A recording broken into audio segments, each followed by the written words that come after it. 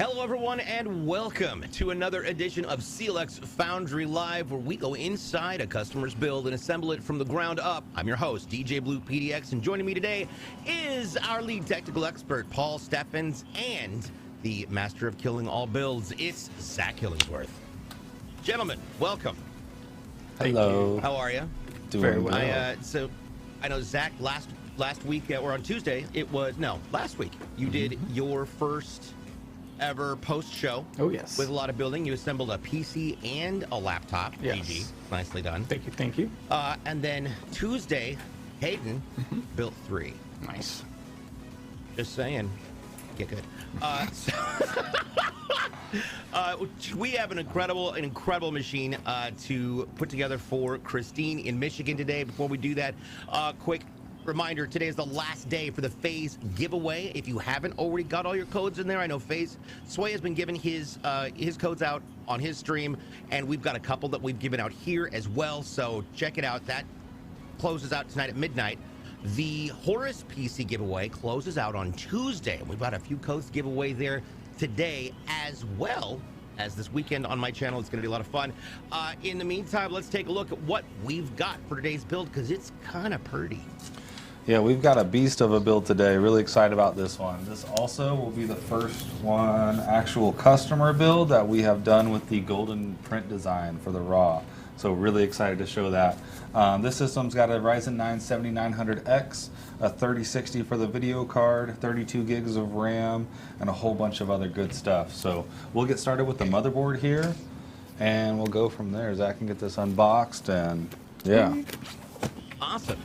For the motherboard for this unit, we're using an ASRock X670E Steel Legend ATX board. Now, this board is wicked. We've talked about how some boards have been, some boards are built different. This is definitely one of the better boards.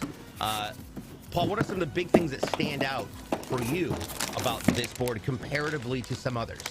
Yeah, so just right off the bat, looking at it, we've got a lot of heat sinks here on all of our components.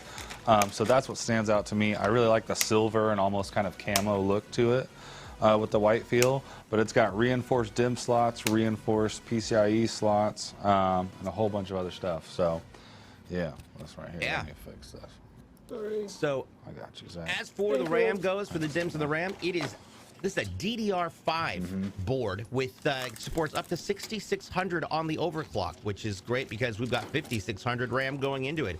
3 PCIe slots, and it looks like we've got quite a few heat sinks on there. So let's talk a little bit about that, especially given the fact that we've got a blazing M.2 and 3 hyper M.2s on top of that. Let's look at all those shields. Yeah. So here we go. You can see it right here. That's a really good angle for this. So a lot of what we see in here is a big stack of metal, and then we've got these fins cut out. You can see right there. And those fins allow the heat to spread out through there and air to go through and take that heat away. So you can see that all over this motherboard. Our M.2 will be right under here. And yeah. Nice. Awesome. Again, I always dig the fact that these larger boards like this look like our offices back at Microsoft.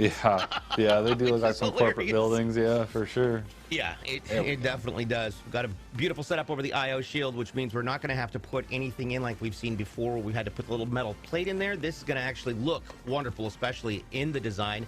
As processors go, let's take a look at our processor. This time we're doing an AMD Ryzen 9-7900X. That's a 4.7 gigahertz 12-core processor.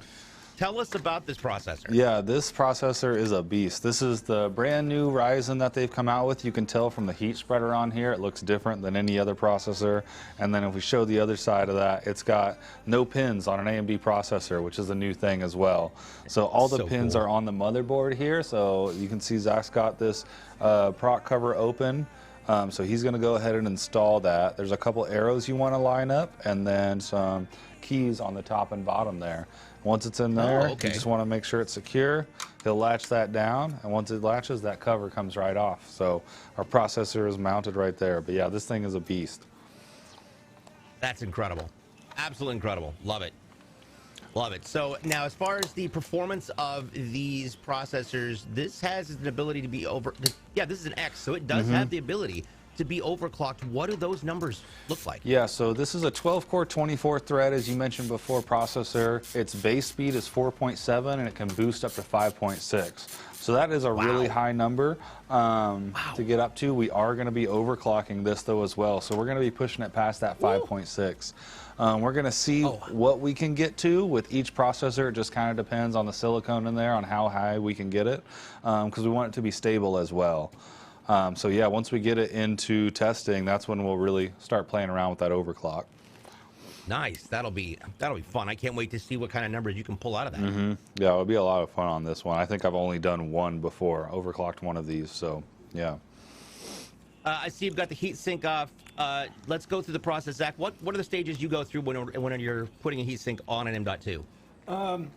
So this is the big part. You always want to make sure you peel your peel. There's going to be a thermal pad on a lot of these heat sinks just because they are trying to dissipate your heat. The best way to do that is for a thermal pad to transfer that heat that comes off of the device and help dissipate it out into the system. And then your fans hopefully will be moving that out of the case quickly. Gotcha. Nice. Speaking of that M.2, the operating system is going to be carried on a 2 terabyte Seagate Firecuda 530. That is an NVMe M.2 drive, and it's kind of wicked. Yeah, I'm pretty jealous about this M.2 drive, honestly. Like I said, this is a Seagate 530 2 terabyte right here. So we're going to get that out and mounted. This system does also have a 4 terabyte storage drive. However, this storage drive that we're going to be using for this is an SSD as well. It's a 2.5-inch Samsung 870 QVO. Very excited about this. Usually the storage drives you see on most systems, mine included our mechanical drive, but this customer's going all out, so really like this build. 4 terabytes is going to be incredible. Now this, having an operating system that's already got the 2 terabytes is great. But the speed at which they're going to be able to accomplish things, and whether this is a gaming build or not, like this would be a wonderful design, and with plenty of hookups, let's be fair, for graphic design, for music production, for architecture. This would handle all of those very, very well. Speaking of connectivity, while you're getting that installed, let's look at all the ports. The ports on this board are what truly, truly blow me away on that I/O shield.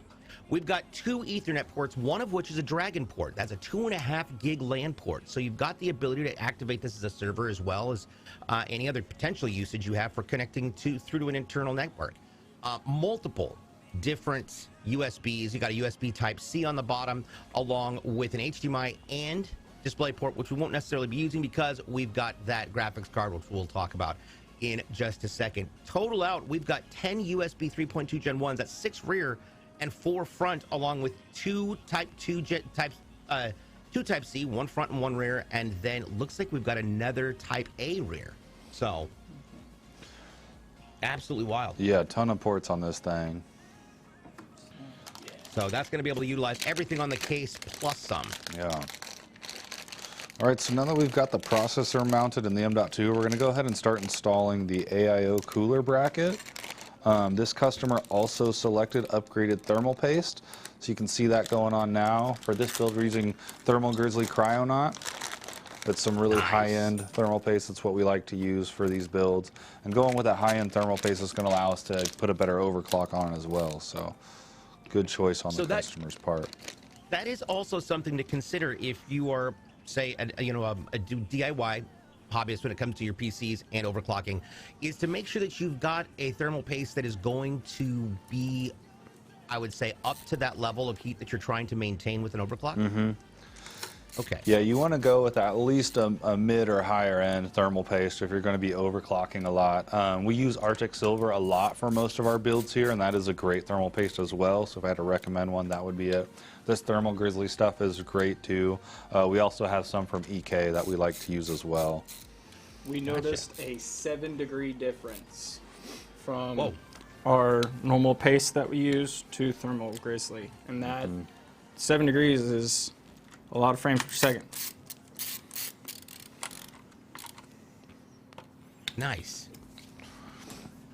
The AIO, as you can see, is mounting that bracket in with that holds it on from the back of the motherboard. It's always important to make sure that that is mounted flush to it as it gets screwed down on the top. For the cooling system, this is going to be a Phanteks Glacier 1 360. No, it's not. It is Phanteks Glacier 1. Yep. Yeah. This is the black one. Typically, we've done white on these builds, so it's kind of nice to get a black one in here. So he's got that hardware mounting there, and then it's got this nice cap, this like infinity mirror plate that'll go over. That's RGB as well, and we'll install this a little later once the board is mounted. I did accidentally miss a question here. By the way, if you have questions about what we're doing, what we're building, or just about building computers in general, please feel free to put them in the chat. We'll get to them as quickly as possible. The Big Anarchy asks, looking to buy a $1,900 4070 Ti. Is that possible for a system? And I did respond that is within a $1,900 budget. Absolutely. Yeah, you could definitely play that around, and we actually did our first 4070 Ti build on the show, last show. I think it was on Tuesday we did that. Yep. So pretty cool to have those cards, and yeah, you can go on our website and configure that. There's definitely room within that budget to get that card. Yeah, I have a feeling we're going to be seeing just a ton of 40 series builds in the very, very near future, if not majority of them. They are incredible with the performance that I've been seeing come off of them. So yeah. All right, as you're getting that in there now, what's that wire Zach is playing with? So that is going to power the CPU pump, and that's plugged into the CPU fan header. And what's special about that fan header is that's going to regulate how much voltage is going to that based on the temperature of the CPU. So it can make that pump spin faster when it's needed and slow down when when it's just idling. Gotcha. Nice. Okay. Getting that all set up on top. Zach, as a general rule of thumb, do you usually always install the AIO before you mount the board into the system? I like to, yes. Just for the fact that it does make it a little bit easier on not having to work in a confined zone, but having freedom to go wherever. Excellent. Good call. All right, so we'll probably install our memory next, and then the board will be pretty much built. So as for memory, we've got two 16 gigs sticks of Kingston DDR5-5600 RAM. That's 32 gigs total. That seems really fast. Yeah, this is some really fast DDR5 RAM here. This will be great speeds. I'm pretty jealous. I'll eventually get to DDR5 in my personal build, and the RGB on these sticks look great. You've seen it before on the show, so yeah. Nice. You hear that nice clack in there as it all clips in, making sure it's all secure and ready to go. All right, I think we're going to bring up the case now. We'll start getting that going. So, like I said, we've got the gold edition. And you know what? Aim Ski High, welcome to the show. Did bring up a very, very good point. Once you customize what you're building, you can share that with people of support, and if you need help deciding on what's going to work best, why you want to choose something over another, again, the live chat is wonderfully helpful. You can also do it in our Discord, because we've got a Discord now. It's discord.gg/CLX Gaming. Come on by, say hello. It's going to be fun. And every time we add a new text channel, I'm going to be the first person to type it.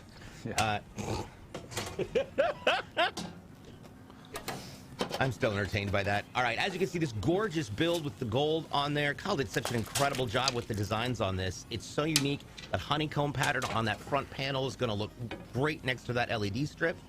While we've got it at this angle, let's talk for a hot second about the number of ports on this device. Specifically to the case. Yeah, so we've got a total of 5 extra USB ports up here. 4 are the Type A's, the regular rectangle. You can see 2 up here, and then there's 2 that are kind of commonly missed down here at the bottom. Then we also have a Type C, and then we've got a mic and audio port as well. Excellent. Sorry, I almost choked on my own coffee. There we go. So again, plenty of connectivity, especially if this is going to be used, say, for a stream machine. This gives you the ability to connect everything from, say, Stream Decks to Mixamp Pros, Go XLRs, cameras, mics, Yetis, whatever. That you're going to have plenty of room to do this on. So, and again, with that double Ethernet port, which is just fascinating to me. Because I've been trying to think of how many different ways that can be used. Because you mentioned a networking, an internal network.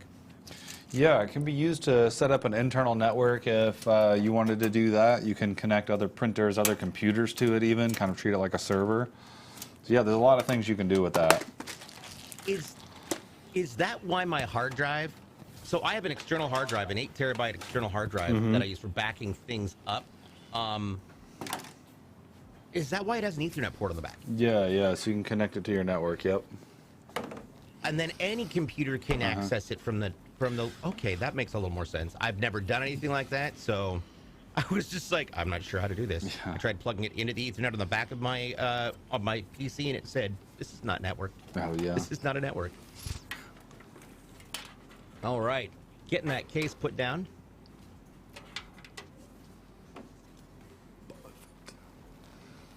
All right. You can see right there on that shot, those two doors, and we'll be talking a little bit more about those access ports later in the show. Just don't let me forget, people. We'll have to be opening one of those too for our for our extra drive. So while Zach's getting this board mounted, I'm going to go ahead and start opening up some of these fans here, getting those prepared. So on this build, we've got 10 different GameDS AEOLUS M2 ARGB fans. These are great fans, specifically because, I like them because they light up on the ring and the blades. Yes. Yeah, they have great patterns, great colors. You can make them do all sorts of different effects. I really like these fans as well. They do come in white if you're wanting to do a white build. That's the other thing that I dig, is that you can, they come with a base color that matches the build. Mm-hmm. Oh, there we go. So, Zach, things to keep in mind or to double check when you're installing a motherboard in a case. What are some of those? You want to make sure that your I/O is seated, which is the back plate. Okay. Now this I/O is attached, like you said, is attached to the motherboard. On motherboards that it's not attached to, the one thing you always want to do is bend down and press down. There's a little guide spot that goes over HDMI ports. And if you accidentally don't bend that down, sometimes you can fry a motherboard because that's metal. And so that is one thing that always want to double check on. Or you could be like me and get it all installed and then realize you forgot the I/O port cover and have to uninstall everything you just put in. That's just extra holes for air to go through. Yeah. Yep. And dust to come in. That's what we call ventilation. Luckily, this case won't have too many problems with ventilation. Leon Lee's XL builds they have a great filtration system built into them using magnetic filters. Since we've got it laying on its back right now, we might want to just show off one of those real quick. Yeah, so we might probably want to go to, if we can go to an overhead shot, maybe, or this shot's good too. This one's fun. So you'll see me pull a tray out right here. This is our magnetic filter. You can see this one actually sits in a tray in the bottom of the case. Very easy to take out, wipe down, clean off. And then every other opening you can see, so this big hole where I got my fan, there's a magnetic filter here. And then on the back side, we've got magnetic filters all over the case that are really easy to take off and clean. Just slide back in like that. I had a case that all they did was, there was nothing else on it aside from one exhaust fan. But all the other sides were all just that mesh. Oh yeah. That's it. All three sides, and I was confused when I first saw it until I realized this is the coolest machine I've ever had. It's constantly vented, and it never got dusty inside. Yeah, that's really nice. It also had, I think it also had a CD-ROM. Oh yeah. Pop that out But, for a yeah. cup holder. Hey man. You know? Yes. Play hoops on it. Yeah, yeah. Slam Get dunk a on the very CD tiny, tray. soft back the ball and just see if you can just toss it through the center of the tray. That would be funny. Now we're gonna have 10 fans. We're gonna do 3 of them on the Radiator. on the AIO pump. Mm-hmm. Now, on Tuesday, we did our first ever push pull. But today we're just going to be doing a push, if I'm not mistaken. Right, yeah, we will be pushing on this radiator. So we're gonna have 3 of our intake fans here at the bottom, bringing fresh air in through the bottom, 3 fans on the top with a radiator, like you mentioned, pushing out. 1 fan right here on the rear of the case, and then the other 3 fans are going to be in the back here. This case we build in either 10 fan or 7 fan configurations. We've done both on the show. It's probably been a little bit since we've done a 10 fan one, so we'll get to show that too. There's some extra panels you pop out and where we install the fans. So. Okay, so And that, oh, go ahead. So, because I have already installed my motherboard and my radiator, I have to install the fans externally. Oh. Huh, look at that. Easy peasy. All right, I want, thanks. The things people think of. Ethan Forcer, yes, we've got codes coming out today. Don't worry. It's the final, we're down to the final week for the Horus, the final day for Sway. That rhymed, no way. Yeah, so make sure you're hitting up all the channels, all the socials, checking out where you can get it. You can find more codes on our Twitter as well as our YouTube channel. In our Discord, they're posted, and you can also get them over on my Twitch channel. We'll be giving out our final one coming up this weekend. Neuropogas says, asks perhaps a silly question, but do I get disqualified from the PC giveaway if I don't like, retweet, and tag a friend on the PC giveaway tweets? I only complete the joint surf entries and enter the codes from Twitch, YouTube, Discord, Insta, and Twitter. I do not believe that disqualifies you. I mean, they're important, but I would say that's an Ivory question. He's our community manager. Definitely more of the corporate representative than I am. Oh, there's a go. Find Nicole says you are valid still. Gotcha. Perfect. There we go. There's a Nicole question. I wasn't sure if Nicole was in here, so there we go. So awesome. Yeah, you're still in it. Doc Chaos asks, what happened to the huge 480 millimeter fans that would be on the side door? They were kind of gaudy looking. Yeah, man.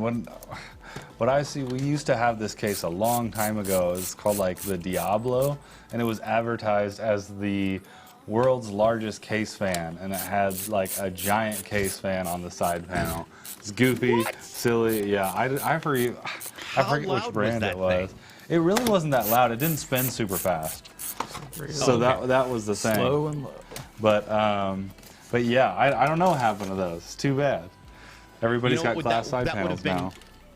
That would have been great if you were to make like a Silent Hill themed. You know how the big fans in Silent Hill, once you went flip to the other side, like just have. Oh my God, that's actually would be wicked to do with some texturing on the case to just make it look gory. And this just big rusted out looking fan just spinning slowly. That would be pretty cool. If you had enough space in there, you could put a pyramid head figure inside so that you just see him between the fan blades looking at you. It was a big case. You probably could have fit it in there. Kyle, can you start that process? Sure, he would love to. Because, man, we get that done by Halloween. That'd be rad. Sophisticated nerd, welcome. This is looking nifty AF. Yes, that's looking nifty as. Okay. I haven't used that button in a while, so I figured we need a beat button. That'd be great. Right? I'm gonna call you Biffer Jacks, but for real Jacks. There we go. says it's the best one you got. It's just PC. Nice to know. Doc Chaos says steampunk meets Egyptian gods. All right, so we've got the radiator going on. All three of those fans are in there, and then of course, once this is standing up, the top will have that mesh magnetic plate on top of it, and the top goes right on top of that. And it's interesting because a lot of it's one of those common sense things that I didn't really consider until we started doing the show, was fan placement. You know, so I don't have any fans on the top or bottom of my PC build for my gaming PC, because they put the exhaust fan is my push-pull AIO 120. The other two are on the right, to the right of the motherboard, pulling air in from the back that has a mildly vented straight back. Okay, I say yeah. mildly vented, meaning they're like, there's 3 holes. That's it, and they're tiny. Like, I don't know where you're pulling air from, but it doesn't seem like it's from the outside. Yeah. So, but and the reason I bring this up is because the Leon Lee design is genius in the way that it flows air. Obviously, heat rises, so you've got that cool air coming in from those 3 on the bottom. The AIO pushing all that air through with those other 3 fans, and then you've got an exhaust fan on the back, which is also going to help with pulling the air out. Yeah, I really like this case design. There's kind of more of a traditional design where you have your intake fans in the front and the air flows through and exhaust out the back. With the Leon Lee in cases like this that are really open and just really good looking, they bring the air in through the bottom, which I really like. Now, in addition to those primary fan ports, we're also going to be pulling off those side panels that you can see just to the left of the honeycomb, right there where Zack's going to be. Yeah, so he's going to pop that off. Oh, sorry, Yeah. DJ. I was just... Oh, no, I was saying, so popping that off is going to give you a chance to install more fans. Why is that important, and how do those push the air through the case better? Yeah, so you can see here we've got this gap now that you couldn't see where I can put my hand in all the way through the case.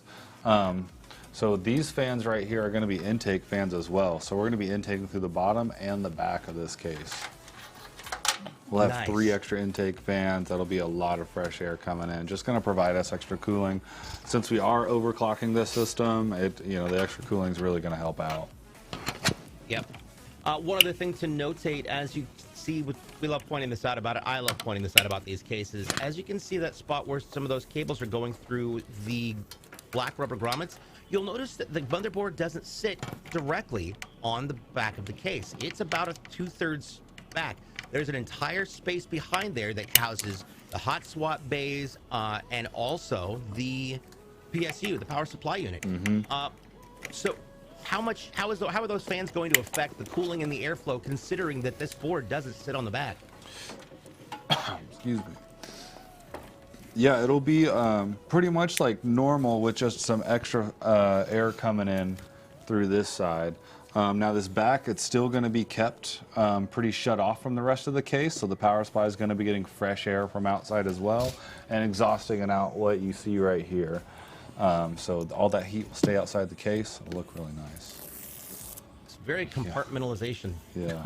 I'm actually going to open this power supply right now and get this kind of prepped. All right, let's chat about that. It is going to be an EVGA Supernova 1000 G5 80+ Gold power supply. What kind of power supply is this? Yeah, so this is a fully modular power supply, which is going to refer to the cabling that comes with it. So none of the cables are going to be soldered into the power supply. That's typically what you see in a non-modular or a semi-modular. And once I get this out of the bag here, I'll show you. You can kind of see the ports here at the end. And what this design allows is for us to only use the cables that are necessary to complete this build, which is going to allow for better airflow throughout the case and just a cleaner look. This is part of a build where you can, save some budget on. So if you need to save a few bucks, if the budget isn't allowing you, you got to cut something out, definitely go with a non-modular power supply. You can save some money that way. But if you have room in your budget, I definitely recommend going with the fully modular. It looks great, easy to tie up, easy to mess with. So you can see it here in my hand. These are all the ports of all the cables that we could throw in. We're not going to be using all of them, but we'll be using most. So I'm going to get those cables here out of the box and kind of figure out what we need and set them out for Zack. Took that SSD. Awesome, and that giant, yeah. giant fan on the bottom of it is also is what's going to be aimed out the back of the case. Yes. So it's got its own separate exhaust protocol. Yep, this will be bringing air in from outside right here, and it'll all exhaust out the back here. You can see this is kind of mesh, so this will be lined up with the back of the case. That also does have the eco mode too. Oh, yep. Yeah, this also does have an eco mode if you want the fan to spin a little lower, be a little quieter. That's what that's for. Okay. And just to show people what what are we doing here? Zack's got the 4 terabyte Samsung 870 QVD 2.5-inch SATA SSD that he's putting into the case. How does this work and how does it attach? So this goes in the exact same spot that a hard drive would go. So we have on the back of this system, we've got 2 bays. Each bay holds 2 drives. They can hold either big hard drives, mechanical hard drives, or they can hold SSDs.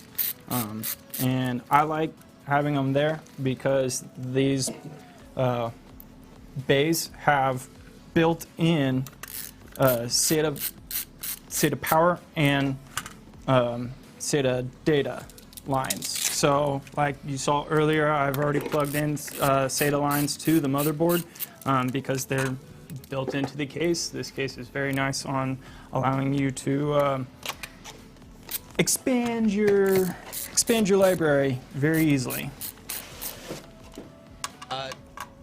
Yeah, definitely. And the nice thing is you don't have to get in and do anything with the wiring. You just literally pull the tray out, attach the drive, and slide it in. It's ready to go. Silent J brings up, mentions that on my water-cooled PC, I had 2 Delta 120 millimeters on the radiator that were 50 decibels and pushed 152 CFM each. I posted a picture of it on Discord, which is amazing. Dot Chaos said, the PC in my garage is in a custom filtered cabinet that I built to keep it dust free. I used 4 AC Infinity heavy duty high volume 120 millimeter server fans, and it's set to draw air through a MERV 11 filter. Works great, and it's surprisingly quiet. That's awesome. Yeah, those server fans wicked. are nuts. They're loud, but they push some air through. That's for sure. Oh yeah. Whenever I would go over to Building 99 on Microsoft's campus, to go grab a friend of mine for lunch, his office was next to one of the security server rooms, and we just walked through it. But my God, the minute the door opened, it was just this cacophony of noise and airflow. It was wicked.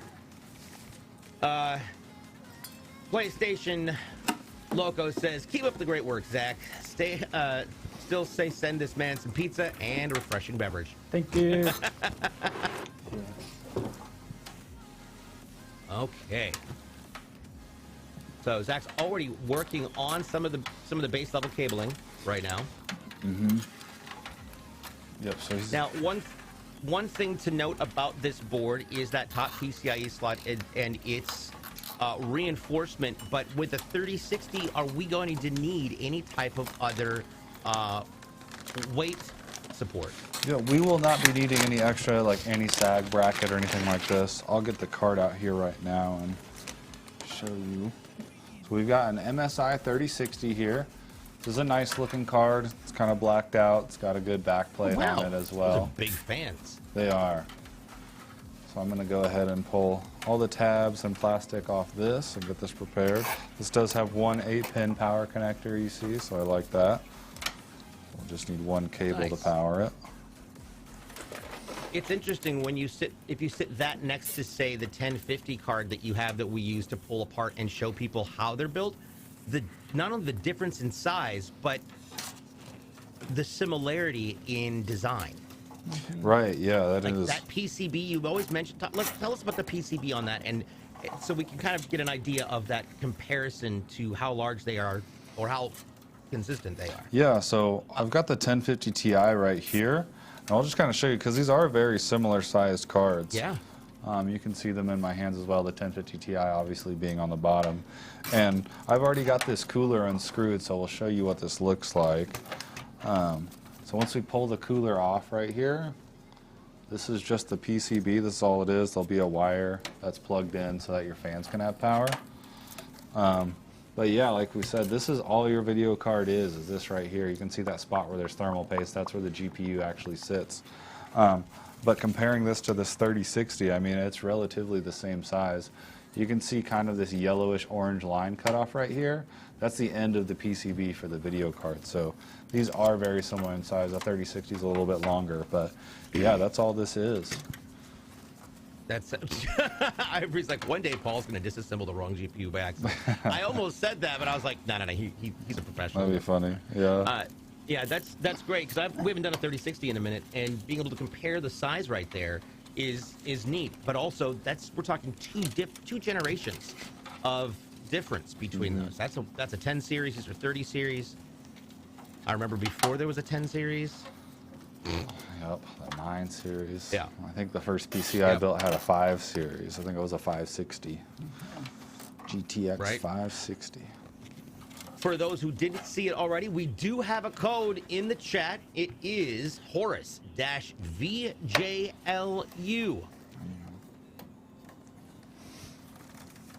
Very jaundiced Louisiana University. Sounds right. I'm not even sure if that's good or bad. But it's VJLU. That code is worth 100 entries into the giveaway for the Horus PC that you can see there on this shot just to the left of the PC. Zack just stood back up, but you'll see it right there, glowing brilliant green like it is an evil character in a Spider-Man film. It's great. If Mountain Dew was a PC, that's what it would look like. Yeah, it's back to green. It's not rainbow after last stream. Oh, did it change last stream? Yeah, I changed it to red on accident. Oops. One remote to rule them all. That's hilarious. It would be, yeah, so Greg says, yeah, so let me go back up here. Society asks, are all those PCs on behind them? Yes. Yeah, if these you are can all see on. lights in them, they're on. Yeah. Let's see here. Yeah, Greg was said it would be sweet for GPUs to get smaller with time instead of doubling in size. Actually, yeah. 100% agree. I think the last show build we did the 4070 Ti, and I loved the size of that card. You can go back and see it. It was like the standard size. It was like a 2-slot, maybe a 2.5 slot. It had some decent length. It was a little bit longer than this 3060, but nothing crazy. Yeah, those giant cards are just they get nuts. Well, and it would be interesting because I know that there have been some advancements in the cooling of the new 40 series PC, 40 series cards from NVIDIA that involve liquid cooling themselves. So that, but they're only 240 liquid coolers. I would think that a card that big that requires that much heat dissipation would be more apt to use a 360 cooler for the design. Yeah, I'm not sure the reasonings for that. Would definitely run smoother with the 360, but I'm sure they've got some engineers crunching those numbers, you know. Yeah. Price point People versus efficiency, all that stuff. Yeah. Society says, yeah, that electricity bill hitting the roof, but those PCs look badass. I completely and thoroughly agree. Yeah. Doc KS says, are there any smart lighting controllers available yet that work with Alexa or Siri? I'm sure they exist. I have not seen one, but I bet there is. I would be very surprised if there wasn't. You know, it'd be interesting for people who use these as a streaming. I know when I get mine for streaming, I would love for there to be a channel point redemption that would change the lights or the color design in the PC. Oh, that would be cool. That would be cool. That would be so rad. I bet it's out there. Yeah, there's got to be a software somewhere that does it. The guy who made our remotes, Travis, he streams as well, and he's got all sorts of stuff going on. I bet he would know. I might have to ask him. That's an excellent question to ask. There we go. All right, as you can see, Zack is taking care of some of that initial staging for the cable management. Zack, what is it you're lining up first here? This is all I've done so far has just been case lines. So if you see on my shot here, everything is just, you know, I try to follow. This case has very nice eyelets for all of your zip ties. So there's almost 2 rungs of cable management that you could do inside this case. So you can, it's very hard to make this case look ugly. Yeah. Okay, let's... Absolutely agree. And you've Drop got lots of airflow because we've got those 3 other fans to put on still. Yeah, I'll take the drill. Yeah. So I can just There we blast go. through these ones. I'm Now, sorry. So go ahead. with putting 10 fans into this case, on this shot back here, you can see all of the eyelet lines of where I'm actually screwing my fans into. Next to it, Okay. right over here, there's black squares that run along the whole way. So I'm going to take So you my can choose I'm going to take how to my line them up. I'm going to take my fan cable and route it through there, and that allows it to where it's like a wireless fan when you're looking at it from the inside of the case. You don't even see any wires coming off of it. No way, that's incredible. That makes sense. Again, smart designs. This is by people who design this kind of stuff get paid what they get paid because they're a lot smarter than me. Wireless fans, write that down. Absolutely. Look at that. That's genius. Straight up. And Paul, once again, to determine whether or not your fan is going to be blowing up or down, how can you tell the difference? Yeah, it's a great question. So back in the day, they used to print arrows on the sides of fans, pointing, which way the fan would rotate and which way the air would blow. But we don't really see that anymore, but it's very easy to tell. The part that has the grill or the cover, you can see these black pieces in my hand. This is where air is going to be coming out of. So when you're looking at the fan, if it looks like this blade with no grill, that's going to be the intake. Gotcha. Okay, that makes a lot of sense. So it's going to be pulling air in from the back of the system for additional cooling. And that's also going to be covered by those static plates. Can we take a look and see what that ventilation looks like? Yeah, let me grab the back panel here real quick.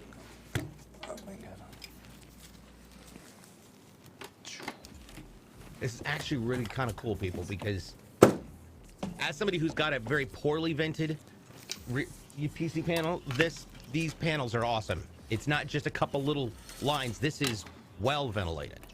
Yeah, so this is that panel that's going to cover that. You can see all these slots in here and the beautiful design on it. I'm going to turn it around so you can see. So this is the inside of it. You can see these are the filters right here. These are both just magnetic and just come out easy like that. So obviously we're going to have our intake on one side and our power supply is going to be bringing air on the other side. So all that air is filtered, both coming into the case and going into the power supply. Awesome. It's very helpful to keep things running and functioning in just about any environment. One thing to note that we didn't quite talk about that you can see sort of almost in this shot is the feet on the Leon Lee case. It does have, there we go. It does have feet on the front and the back of the case to raise that center where the fans are going to be located up just a little bit to give you that good solid airflow. You want to make sure that you consider where you're putting your PC so that it's in the right place to ensure it's got the best airflow. We don't recommend putting it on carpet, but in the event that you do need to put it on carpet, make sure that you've got something under those feet to protect it from the potential of static electric discharge. Paul, what are some really good options for making sure that you don't end up with that? Yeah, so the best options are going to be some tiles or a piece of wood. If you don't have those, my system's in my basement on carpet. I have a rectangle of cardboard that I cut out to just a little bit bigger than my case. I put that on the floor and then my case on top of that. That works great too.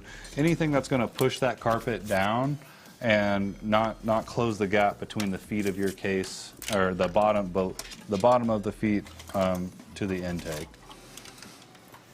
And of course, if you have shag carpet, we feel for you. Yeah. Yeah. If you've got shag carpet, trim out a spot.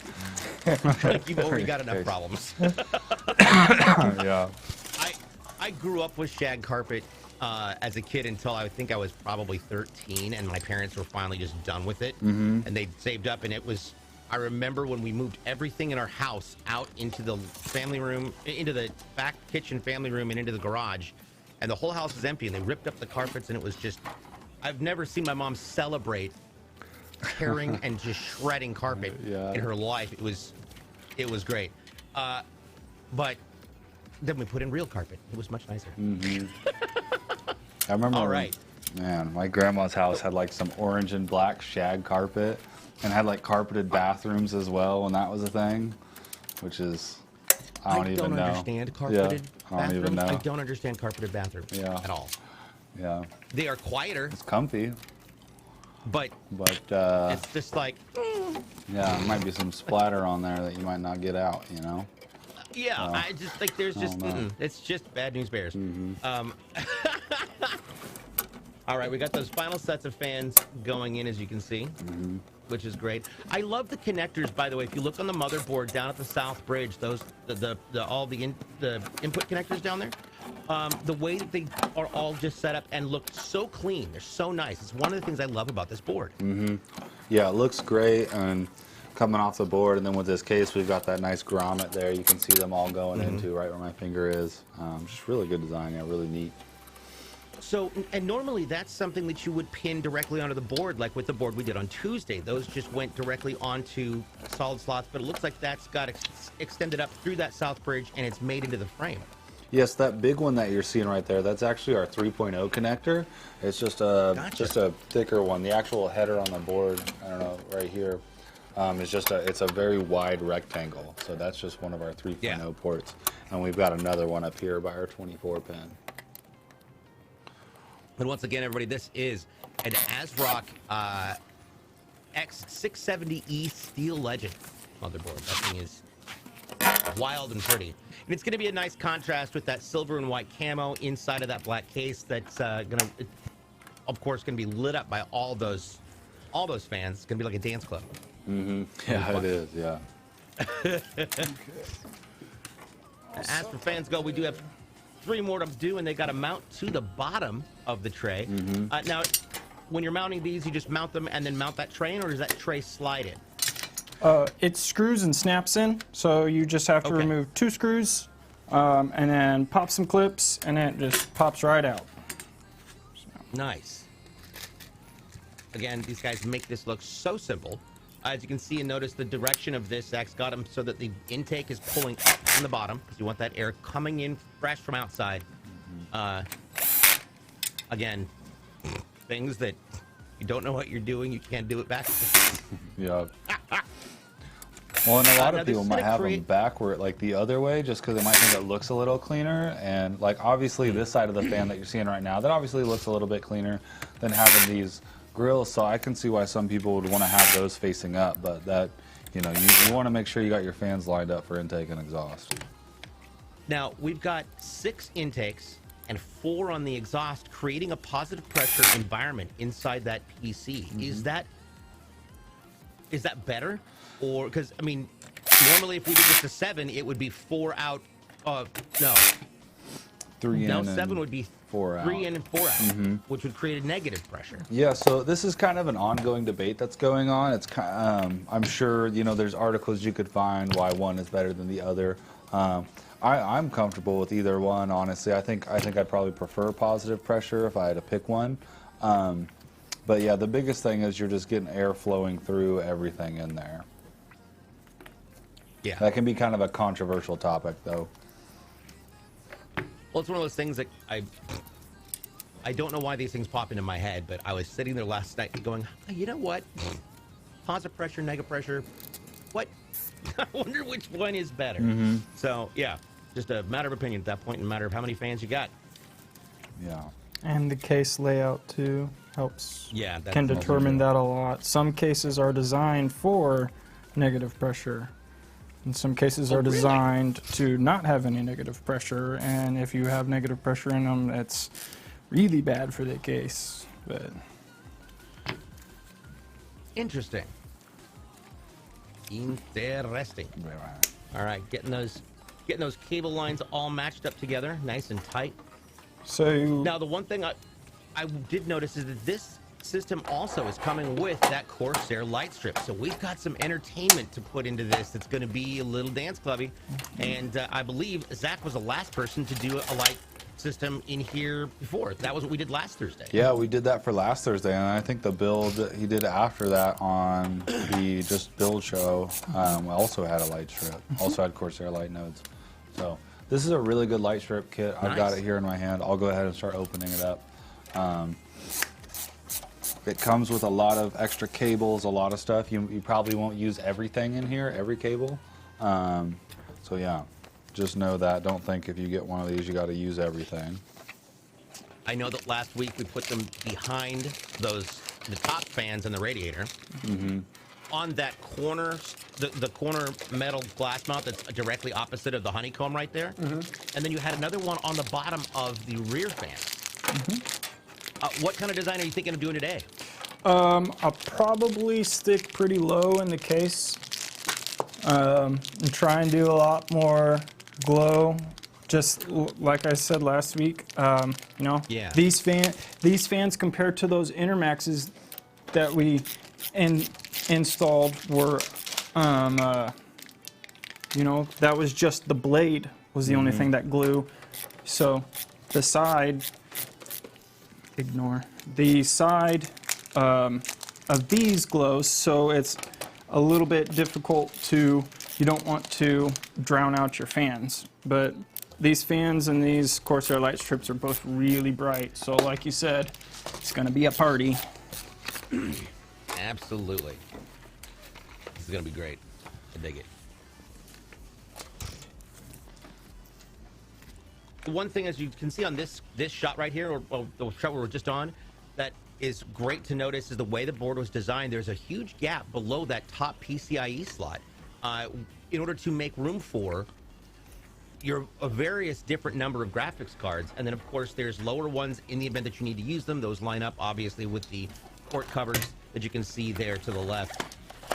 That seems to be a more common design feature that a lot of producers are making. Yeah, on these high-end boards, you know, it's a pretty much safe bet that you're going to be putting a decent sized video card in there. And so I really like that they've created that gap, that way you don't have a useless slot. Also, you can see under there too that they've put an extra M.2 slot there, which is nice. So you could put an M.2 in there and your video card will still sit over that, so it won't block anything. So it's a good way for them to kind of have an M.2 slot there and use the space on the board efficiently. So really, M.2 slots can kind of be fit anywhere on a board. They don't necessarily have to be in one specific spot. It's just wherever they got space, they can just lay it out and drop it in since they're so tiny. Yeah, that's right. Most of the heat sinks you see on the board are going to be taller than that M.2 on there. So yeah, you can kind of put them wherever. Like we've even seen on like ITX builds that are the really, really small ones. I think Zack's got one picked out coming up next. Some of those boards have the M.2 slot on the back of the board because there's no room. The board's so small. You have the M.2 mounted on the back side, which is kind of crazy. I'm not getting into the back. Yeah. So, yeah. Interesting. So, okay, this is going to sound like a dumb question. I have many of them. You'd be surprised. Good. So I remember when I got my Steam Deck, there was a sale for whatever the Prime Day sales were that day, and I got a 1 terabyte micro SD card. Okay. So what is the difference between a terabyte micro SD card and a terabyte M.2 drive? So essentially, if you get down to the actual components in there, they're very similar. It's going to be a chip with storage on there. Both are solid state devices, no moving parts. But the differences are going to come into the connectivity of that, and then possibly with that connectivity, the transfer speeds of them. Gotcha. So, yeah. Gotcha. That makes a lot of sense. But yeah, if you like pop that open, it would just be a little memory chip that would look like what's sitting on an M.2, honestly. That's awesome. Yeah, I was blown away. I remember when, you know, we were jazzed that we got gig chips. Oh yeah. And then if you had an 8 gig chip, woo, you got a 16 gig chip, my God. Yeah. And then of course you were just showing off if you had a 64 gig anything. Oh yeah. Now it's hard to even find a phone that's 64 gigs. Right? Yeah, it's nuts. Like, nope. My housemate just upgraded his phone when we were at the Apple store and ended up going with a 128. He's like, I don't know that I need this. And you know, I had to remind him, look, the phone that you have now maxes out at 1080p for pictures. This phone can take up to like 8K. So yeah, these are going to be larger files. Right. Worthwhile, but much larger. You know, you can film it, you know, at 2K 60, 4K 60. It just Come on. Yeah, I've been I think playing that's around gonna with be a that lot more. actually on my phone too. The 60 frame videos you can do on the iPhones now. I love, like, it's so much fun. But yeah, that's the file size is huge when you do that. Yep. So Yeah, I was surprised when I got my Samsung Galaxy S9 back when they were right out the gate. I was right before my first trip to Australia, and I was on the plane, you know, 17-hour flight, playing with all the settings, and discovered the 60 FPS and the higher that higher resolution, and thought, okay, I'll check this out. And I filmed our landing, and the landing is so crystal crispy clear out the window. I was just in shock. I was also on an Airbus A380-800. I don't know if anybody knows what that is. It's a double-decker plane. whoa, Front okay. to back, 2 floors of stuff, and 500. You can fit 530 people on this plane. Jeez. Massive, massive plane. There's 2 doors on each side, front and, or 2 doors, on each side, front and back, to load people into the plane quicker. Okay. I've seen those. I've never been on one. Is there like a staircase that goes up and down, or like, how does that work? In the back and in the back and in the front. Like the flight attendants or whatever. Well, no, the back you can go up and down for restroom access, but the upstairs is for like economy plus and business, and then there's the lounge in the very front, and that in the very front of it, and that's where that front staircase, because first class is on the lower deck, but up front, and then you can go upstairs to the lounge area up top, which was just nuts. Oh, okay. Yeah, that's interesting. Yeah, that way it's broken down it's that kept way. so all of us, you know, poor people back in economy. Stay in the back. Yeah, yeah. Yeah, but it's funny, international flights, especially with like Qantas, economy is basically no different than first class, just a slightly smaller seat, and it's incredible. Well, that's nice. So, That's good for those long flights.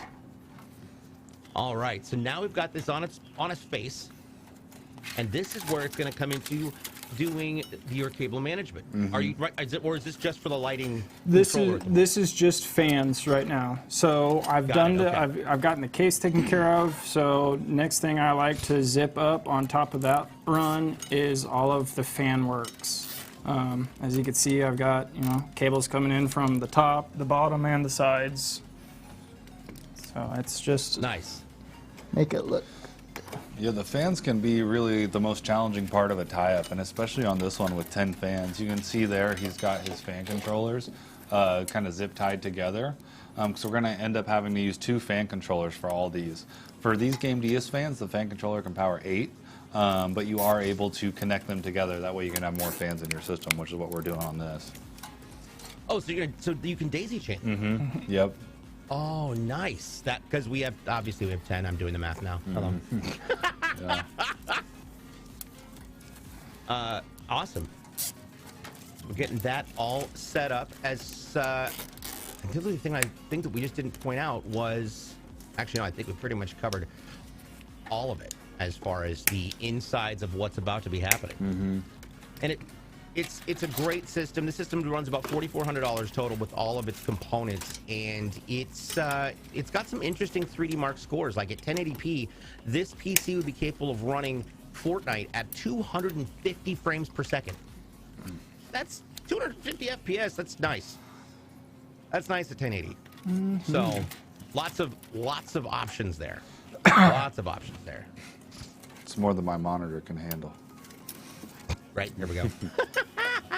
Yeah. All right, as he's getting that in there.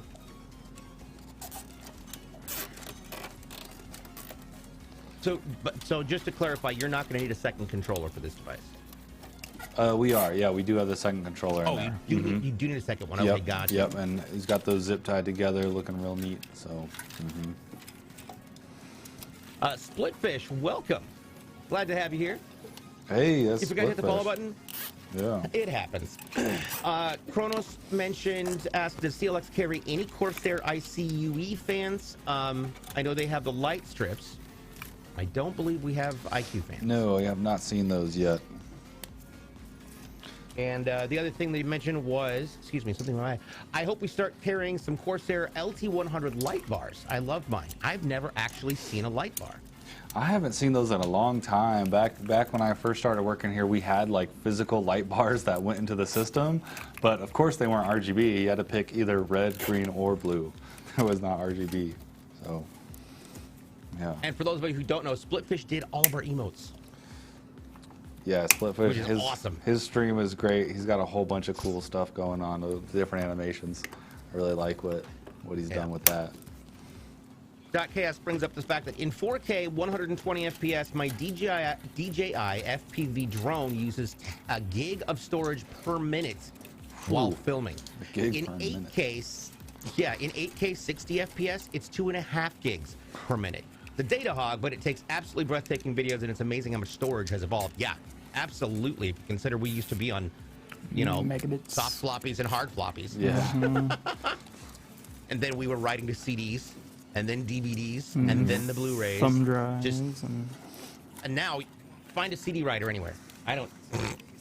Yeah. It used to be you were cool if you had a CDRW. Well, you could write it. I've got one in my system right now. How else are you supposed to load your games? Yeah. How else do I play my disc games with 12 discs just to beat the campaign? Back when you were installing Classic WoW and you had to do like 8 discs. And then the expansion came out, and the expansion was 4 more discs or something. Yeah. Yeah. Oh, those were the days. That was like, all sorts of awkward. Now it's like buying games. I bought the Pokemon on my Switch, and it's like $60, but you just download it. There's no physical thing. I'm like, oh, maybe I should have gone to the store to buy it. I recently yesterday got gifted the new Dead Space game. Nice. It's coming out. Oh, okay, yeah. And I'm freaking so excited about it. I've loved Dead Space. It's a terrifying game, and with the new graphics, oh my god, it's going to be even more twisted. One of the coolest things they did with that back when that originally came out was Dead Space 3. Anybody who remembers it, Dead Space 3 was the first one that they had in co-op. You could do the main storyline, or if you did a co-op with somebody, you got there was a whole different set of storyline beats that were not accessible in a single player. And it changed, the ending is, you still getting to the end, but it changed the nature of the story, it changed the nature of the experience. It was truly wild, because there's a lot of spots where one person is seeing one thing, and the other person is seeing something very, very different.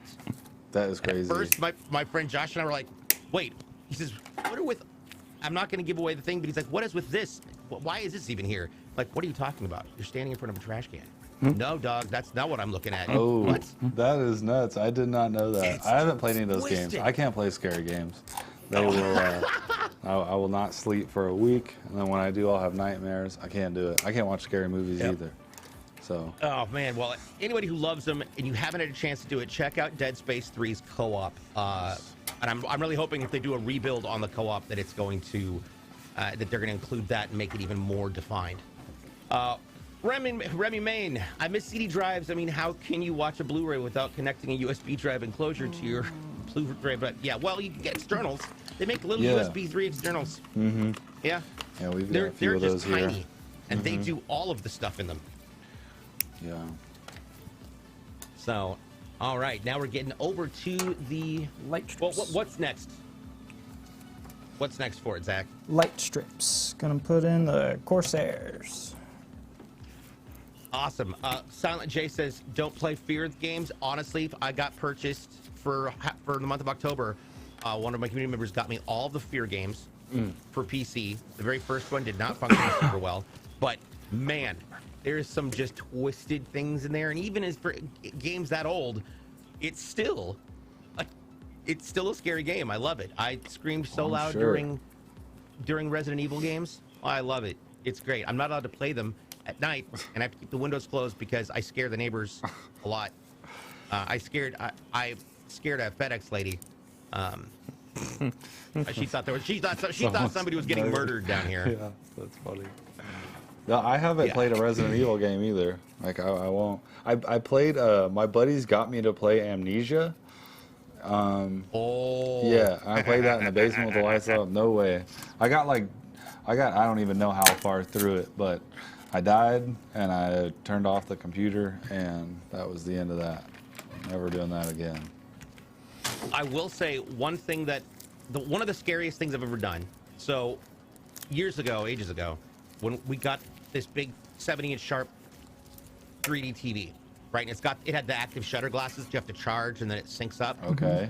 So it's really good. It was really nice 3D back when it was the full fad of everything's got to be 3D. Well, it also has it's called Smart 3D, where it can take a 2D image and create a volumetric 3D representation. Oh. So I brought my Xbox 360 upstairs and put in BioShock. Oh, jeez. Upgraded it to 3D, turned off all of the lights, and of course I'm sitting there in surround sound playing this game in 3D. It's already creepy enough as it is, and it's a great game. BioShock, I love the whole BioShock series, but in 3D, that game is absolutely terrifying. Oh, yeah. Terrifying. I was going to say, that's the game that made me stop playing scary games at night, because when it came out, I was still living at home, and I screamed so loud on an instance, I thought my parents were going to come in and like, what are you doing? Like, I'm scared. Yeah. Yeah, it's super awkward. It's super awkward. But, you know, then again, that's why I'm excited about the Dead Space remake, because I remember playing that, loving it, being terrified by it. But, you know, you look back at the graphics, it's the same thing when you look at Halo and the remakes they've been doing. Halo CE was groundbreaking at the time that it came out, when Combat Evolved came out back in 2001. The graphics were astounding.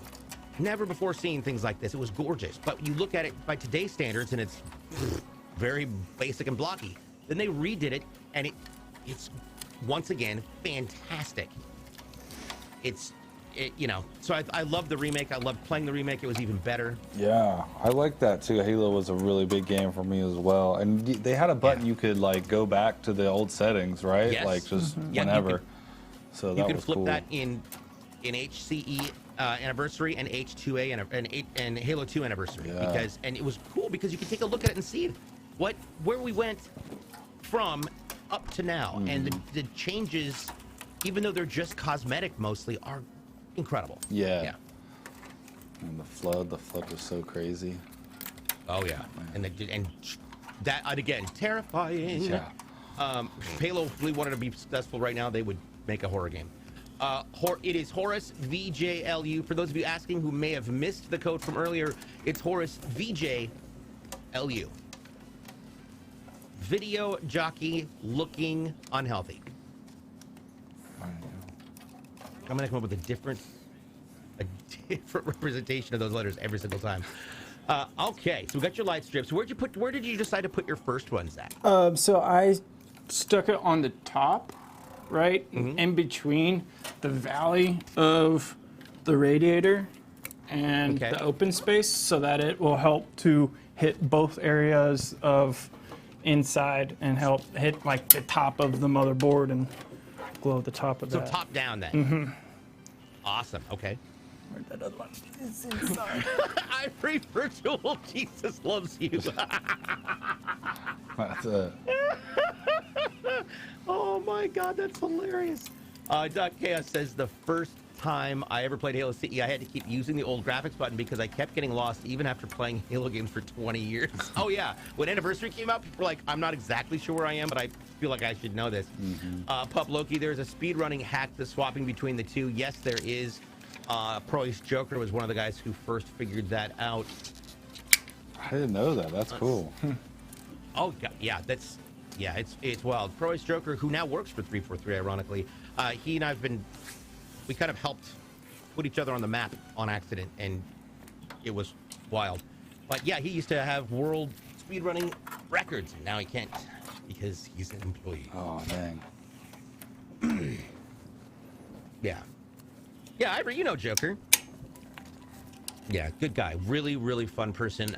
If anybody was at DreamHack Anaheim right before the pandemic, he and I were the shoutcasters for the Halo Reach World Championship speedrunning tournament. Nice. which was wild. We had people from Mexico, from Australia, from the UK. Lots of competitors. It was wild. I haven't seen a Halo speedrun. I love watching those. That would be awesome. Okay, to give you an example, he did and held the record for a long time. He ran all of Halo 4's campaign, all of it, in 90 minutes. Oh my goodness. On Heroic? Legendary? Oh yeah, on Xbox. Yep. Wow. Yeah. That's one of the... And I, of course, would try and go in there and do things. Think like, oh, I remember him doing this in the show. I'll just do this. Blah, blah, blah. No. No, that's exactly how I... Just like, You know, you got to time the grenade jumps perfectly. Well, I would just end up killing myself over and over and over and over. What? How did you do this?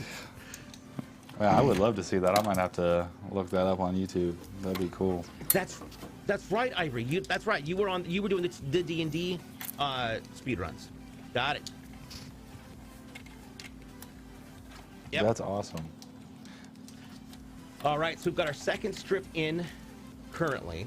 Looks like got it down now. That's going to be aiming up from the bottom up behind that fan fan array. Yes.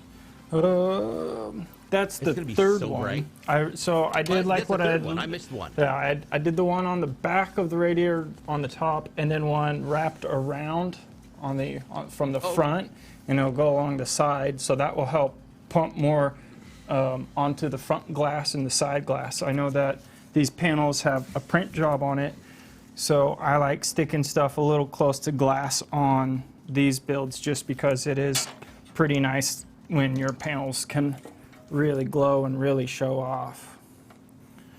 I'm gonna set that one off to the side for now. Sounds good. I want you blocked it. Wait, what is Slasso? Oh, speed run. Lasso? Ooh. Well, no. He says Slasso, and so Lasso is legendary all skulls on, and this is speed run legendary all skulls on. That would be interesting. Shasta wants to see me play Cursed Halo. Cursed Halo. Cursed Halo? So, you mean Infinite? Oh, Cursed Halo, any weapon you pick up could be different.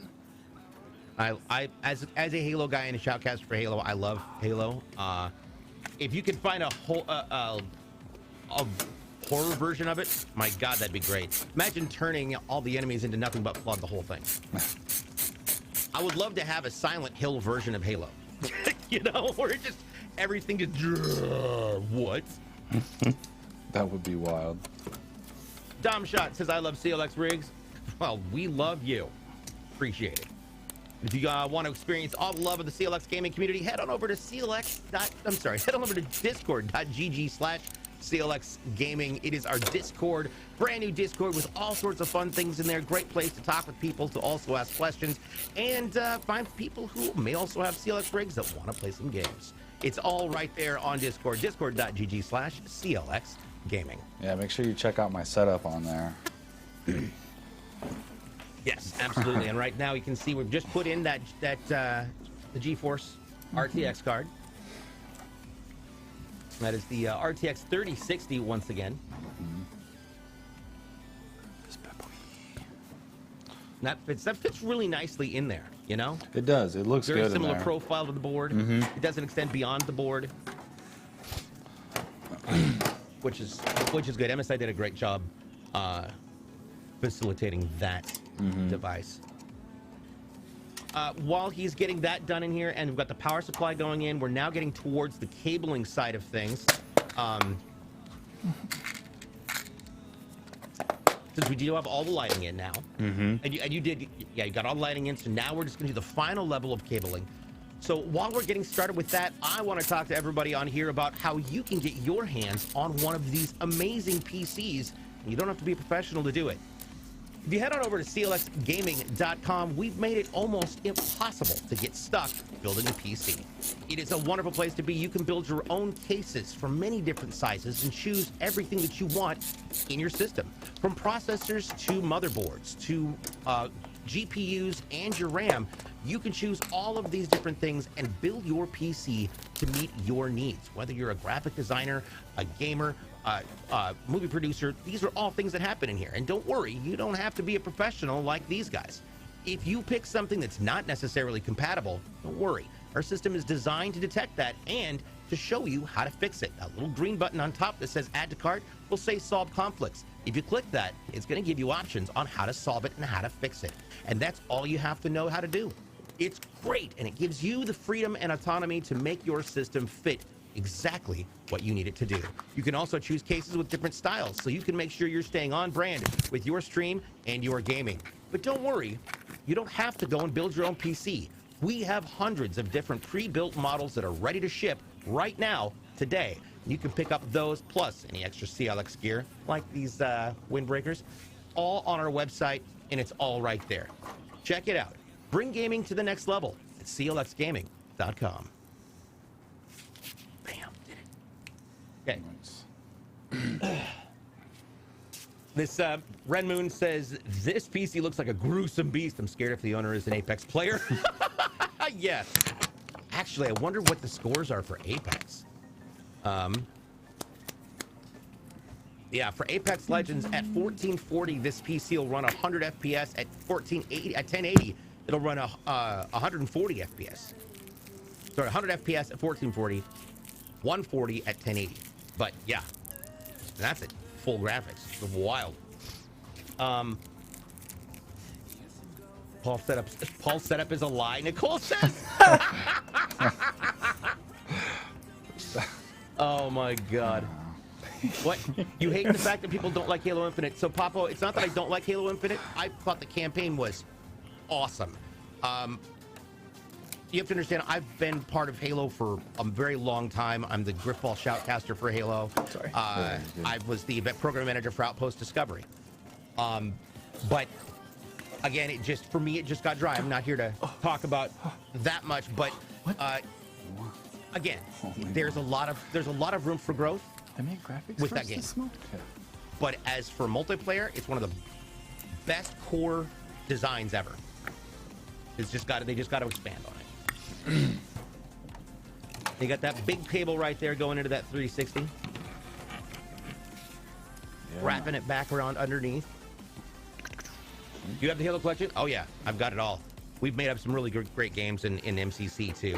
It's a great thing. I wish we had 5 though. I wish we had Halo 5 on PC.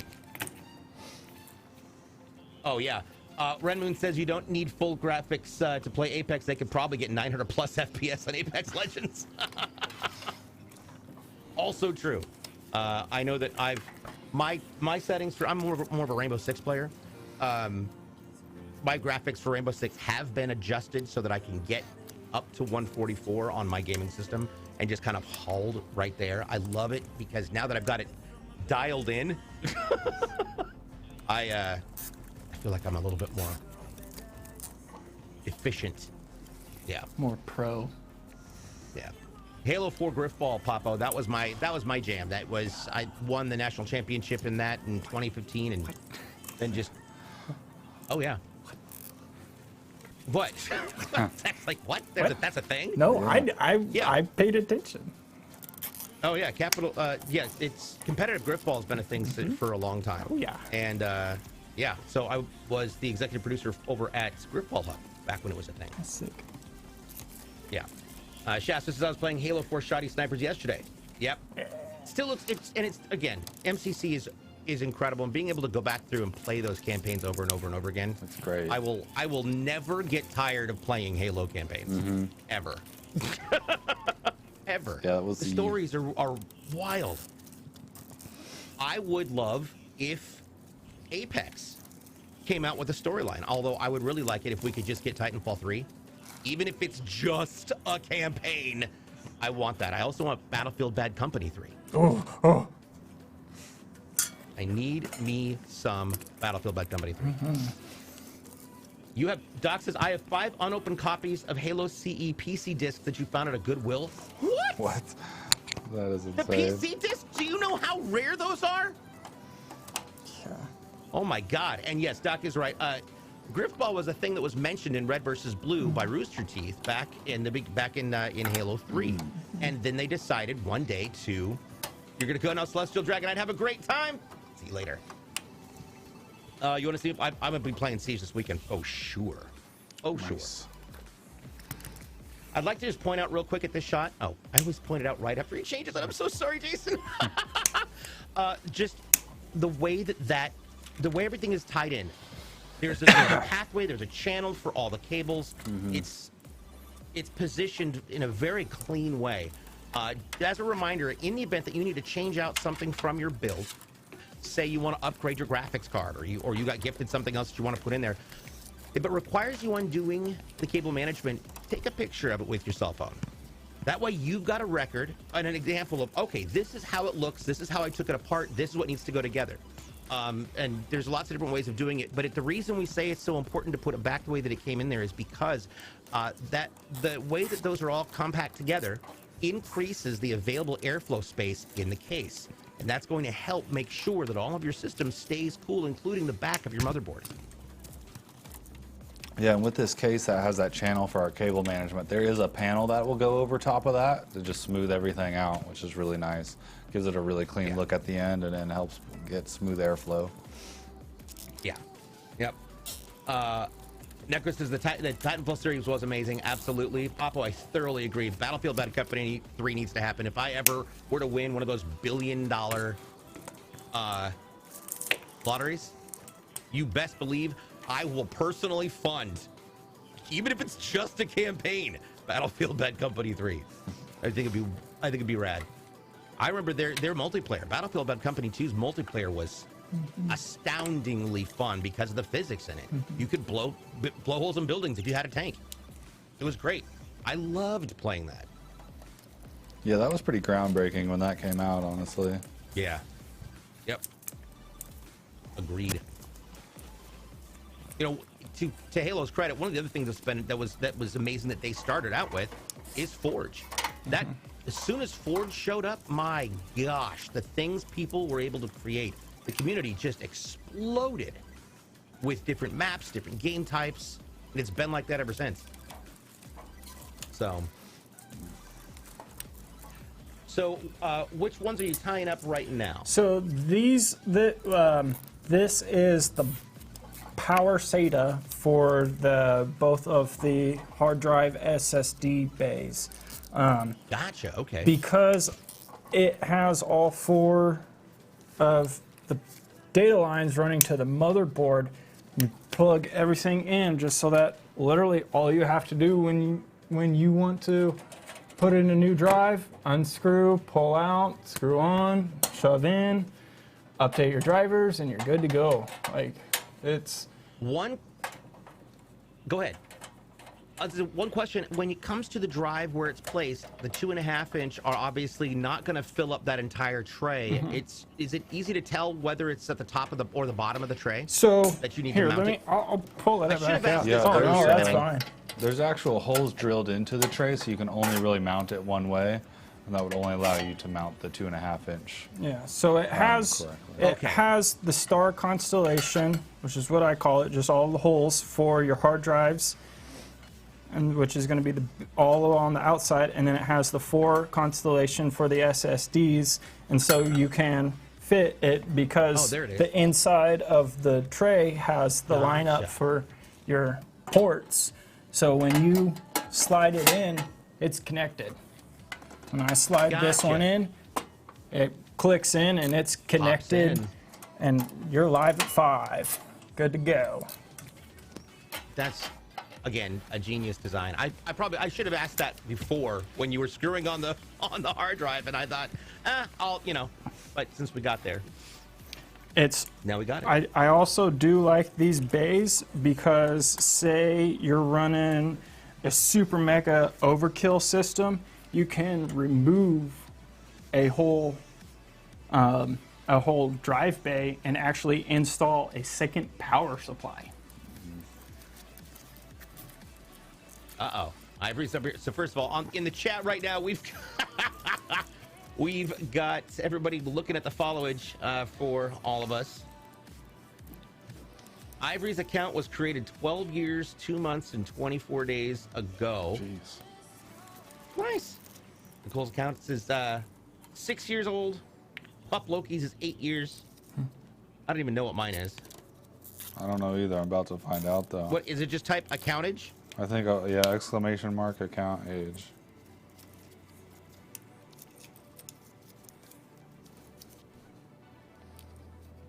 Eight years, 7 months, 28 days, and 18 hours ago. There we go.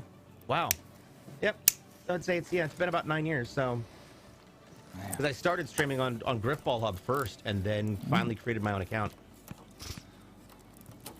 Nice. Y'all are children. Yeah, listen, let's not go through the age process here, Ivory. Yeah.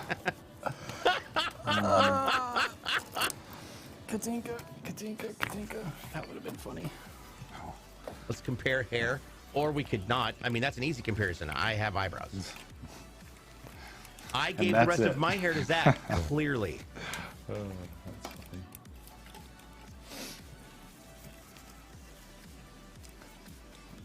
funny. Let's compare hair.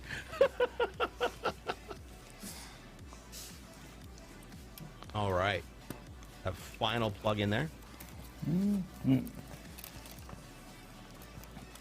On ribbons, on the like the SATA ribbons, are they anything like the SCSI ribbons where you have to place the drive in a specific spot for it to react or respond in a specific way?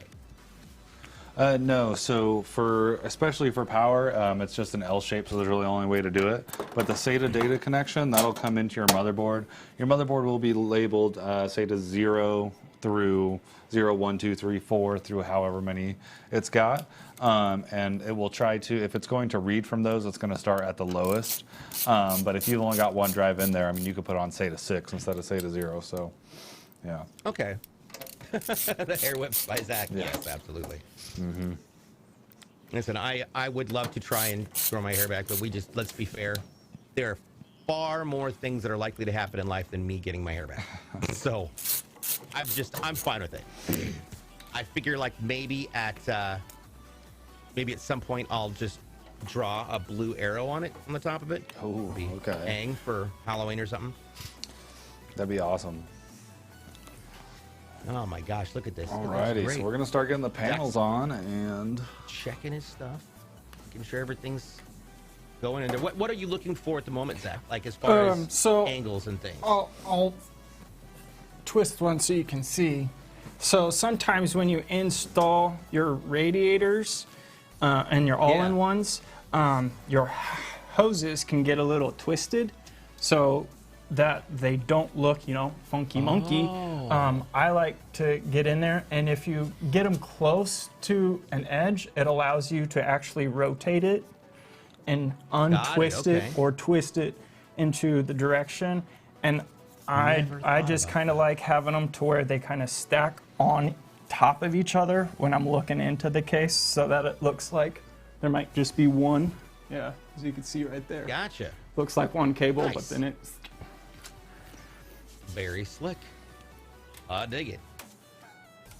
It's the little things, it's those little things that oftentimes people just don't really think about, but a lot goes into making these things look as pretty as they are. Now, while we're putting this on, let's talk about what's going to happen to this PC after you assemble it. yeah, so after we assemble this, just like every machine we do here, it's going to go into our testing and integration department, and that's going to be where we get into the BIOS, and we'll make sure the RAM speed's set correctly, make sure everything else looks good. Sometimes there's some settings we got to change in there. Then after that, we load the operating system, any games, other programs the customer would like. And then we stress test the system for 12 hours. So we put it through a few burn-ins. We got a few burn-in softwares that we use, and that allows us to catch any defects that may have come from the manufacturer.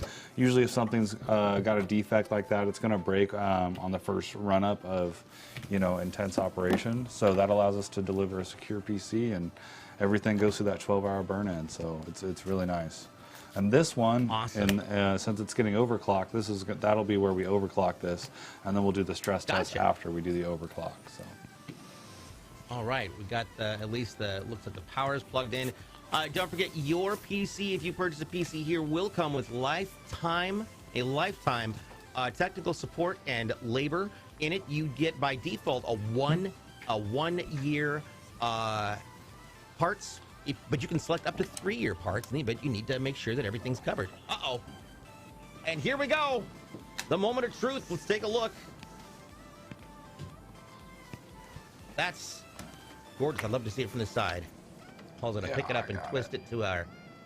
There we go. Look at that gorgeous... That is absolutely ridiculous. That looks so good. Yeah, this does the look light great. strips, the way that the color comes up from the bottom, and you've got that top down. You can see it reflecting off the back of the case, but it's not overwhelming. Absolutely wonderful. Well done. Let's go over once again what's inside this incredible PC for Christine in Michigan. This PC is built on a O11 XL case. It has got an AMD Ryzen 9-7900X 12-core processor that's mounted on a ASRock X670E Steel Legend ATX board, 32 gigs of DDR5-5600 RAM, and of course its video is all being handled by an RTX 3060 12-gig graphics card. There's been an upgrade of the thermal paste on here, as well as the overclocking that's been requested. The operating system's installed on a 2TB Seagate Firecuda 530 NVMe M.2, and of course it has a 4TB Samsung 870 QVD 2.5-inch solid-state drive in the back for all the data and games they can fit. The cooling solution is going to be a Phanteks Glacier 360 RGB system, and we've got 10 AMD AEOLUS M2 ARGB fans going into this, and it's all powered by an EVGA Supernova 1000 G5 80+ gold power supply. So, well done, guys. That's incredible. Honestly, it's a great build. Yeah, the system is a beast. Oh my gosh. All right. So, for everybody here, we're going to go to a break in just a few, and when we come back, we've got a building afternoon with none other than Zack, who's going to be killing it and worth. There we go. That's me taking over our afternoon portion of the show. But for the main show here, on behalf of, don't forget, you want to check out everything going on with YouTube, TikTok, and Twitter at CLX Gaming. Find all of our codes over there on YouTube and TikTok and Twitter, and in our Discord, discord.gg/CLX Gaming. You can also make sure you check out Sway's channel, because today is the last day for his giveaway. You'll get a Sway code. Each code's worth 100 entries. And of course, the Horus codes that we've been giving out, there's one more for my channel. I'll be giving it out this weekend. So definitely stay tuned for that. On behalf of Jason and Kyle in production, Paul and Zack, I'm DJ BluePDX. Don't go away. We've got more coming up after the break. We'll be right back.